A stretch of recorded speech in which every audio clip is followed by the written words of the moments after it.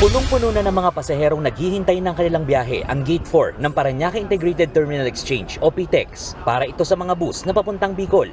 Ngayon pa lang, fully booked na ang mga biyahe pa Bicol. Kaya maghahanap na rin ng ibang paraan si Eric na kailangan makauwi ng Daet sa Camarines Norte bukas. Maghihintay na lang din po kasi kandidato yung papa ko dun sa amin.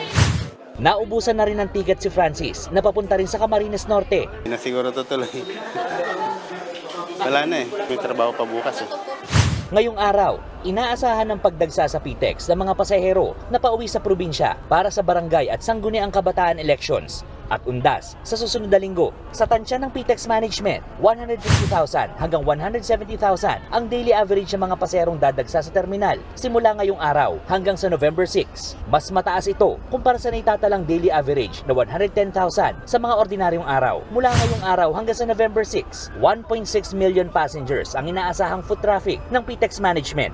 Personal namang bumisita sa PTEX kanina si Transportation Secretary Jaime Bautista.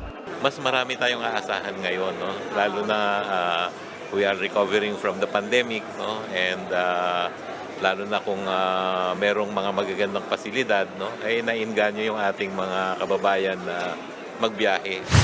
Sabi naman ng LTFRB, naglabas na sila ng kabuang 770 special permits para sa mga bus sa buong bansa para sa mga biyahe ngayong panahon ng undas. Handa rin daw ang ahensya na mag-issue pa ng mga dagdag na special permit basta may mga available pang bus. Dito rin ngayon sa PITX meron din tayong on-site issuance ng special permit para masiguro lang natin na yung mga bumabiyahe na dinidispatch nating mga buses ay authorized sila na bumiyahe. Kahapon naman, nakahuli ang LTO na 50 mga kolorum na sasakyan. Ngayong araw, 2 ang nahuli sa PTEX. Multa at kasong kriminal ang mga pwedeng harapin ng mga mahuhuling nagmamaneho ng mga kolorum na sasakyan. Pakiusap ng mga otoridad sa publiko, huwag tatangkilikin ng mga kolorum. Hindi kasi nito kayang panagutan ng mga pasahero sakaling may mangyaring disgrasya. Mga kapatid, Cheryl Cosim po. Iba na ang may alam at may pakialam sa panahon ngayon.